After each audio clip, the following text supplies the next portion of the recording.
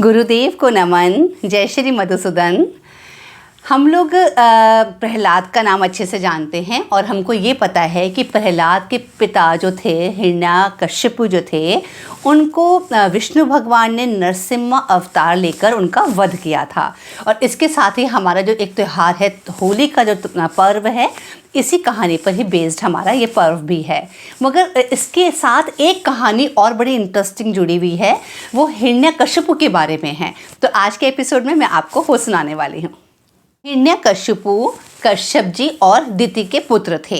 अब कश्यप जी के बारे में तो हम लोग सभी सुनते आ रहे हैं हमेशा से ही कि कश्यप जी कौन थे, मगर फिर भी मैं आपको क्योंकि हिरण्यकश्यप के माता पिता कश्यप जी और दिति थे, तो मैं आपको उनके बारे में थोड़ा सा बता देती हूँ जल्दी से। ब्रह्मा जी के जो शरीर का विभाजन हुआ था, स्वयंभू मनु और शतरूपा निकले थे। स्वयंभू मनु और शतरूपा की 5 संतानें थी, जिसमें से 2 पुत्र थे और 3 पुत्रियाँ थी। 3 पुत्रियाँ थी आकुति, देवहूति और प्रसूति। तो देवहूति जो थी उनका विवाह करदम जी से हुआ था। देवहूति और करदम जी की 9 कन्याएं हुई थी। 9 कन्याओं में से एक कन्या का नाम था कला। कला का विवाह मरीचि से हुआ था। मरीचि कौन थे? ब्रह्मा जी के मानस पुत्र थे। कला और मरीचि के ही पुत्र हुए थे फिर कश्यप जी। इसी प्रकार जो दिति थी, जो तीसरी कन्या की थी, मैंने नाम बताया आपको, आकुति, देवहूति और प्रसूति। तो तीसरी कन्या जो प्रसूति थी, उनका विवाह दक्ष प्रजापति से हुआ था।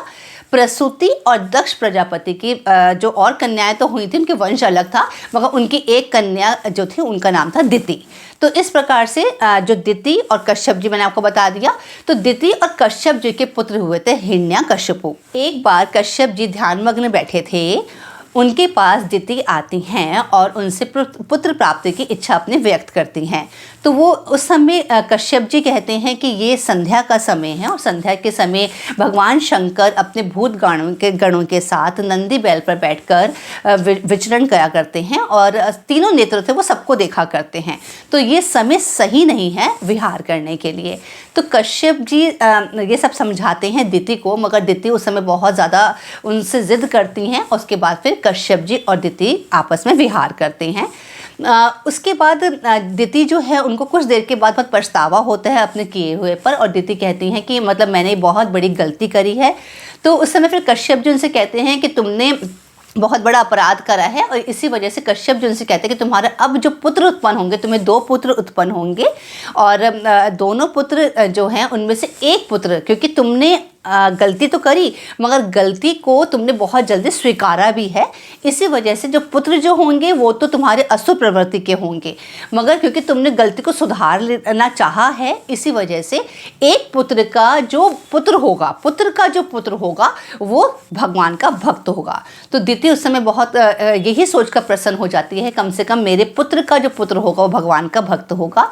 और साथ में जो कश्यप जी थे उनको ये भी कहते हैं, और तुम्हारा जो पुत्र होगा क्योंकि असुर प्रवृत्ति को होगा, इसलिए भगवान विष्णु स्वयं उसका वध करें। उस समय दिति जी ने 100 वर्ष तक उनको अपने गर्भ में रखा था, इस डर से कि उनका बाद में वध होने वाला है। उनके गर्भ के तेज से इंद्रादि लोकपालों का पूरा तेज खत्म हो रहा था, मतलब उनके गर्भ में इतना तेज था। उस समय ब्रह्मा जी ने सबको बताया था कि दिति के गर्भ में हिरण्यकश्यप और हिरण्याक्ष हैं, और हिरण्यकश्यप और हिरण्याक्ष जो हैं ये असुर प्रवृत्ति के तो हैं, मगर ये कौन है कि पिछले जन्म में भगवान विष्णु के द्वारपाल थे, जय और विजय, जिनको शाप मिला है इस जन्म में हिरण्यकश्यप और हिरण्याक्ष बनने का। तो इस प्रकार से फिर हिरण्याक्ष जो थे उन्होंने तो वराह अवतार, भगवान ने वराह अवतार लिया था। जब वो पृथ्वी को रसातल में गई, पृथ्वी को जब दाढ़ों में लेकर बाहर आ रहे थे, तो रसातल में उनको हिरण्याक्ष उन पर उनका विरोध करा था, और उस समय भगवान ने उसको फिर हिरण्याक्ष का वध करा था।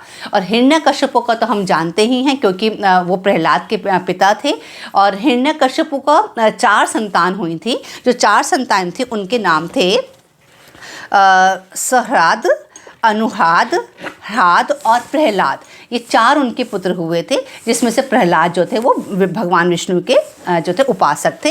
और उसके बाद हम जानते हैं कि उन्होंने किस प्रकार से नरसिम्हा अवतार लेकर भगवान ने हिरण्यकशिपु का वध करा था। तो उम्मीद करती हूँ आज की ये नॉलेज आपको अच्छी लगी होगी। दिति के बारे में एक चीज़ और भी है, वो अब मैं आपको एक और इंटरेस्टिंग कहानी है इससे जुड़ी हुई। तो मैं उसके अंदर दिति ने एक व्रत करा था। तो वो व्रत जो है वो ऐसा नहीं है कि दिति ने करा था और दिति असुरों की माता थी इसलिए उसका कोई गलत असर होगा। श्रीमद् भागवतम महापुराण में लिखा हुआ है कि कोई भी स्त्री उस व्रत को अगर करती है तो इसी जन्म में उसको सब कुछ प्राप्त हो सकता है जो जो वो चाहती है। तो वो व्रत क्या था और वो कैसे करा जाता है वो मैं आपको अपने नेक्स्ट एपिसोड में बताऊंगी। उम्मीद करती हूँ आज का एपिसोड आपको अच्छा लगा होगा। अपने नेक्स्ट एपिसोड में दोबारा आपसे मिलती हूँ, तब तक के लिए हरे कृष्णा।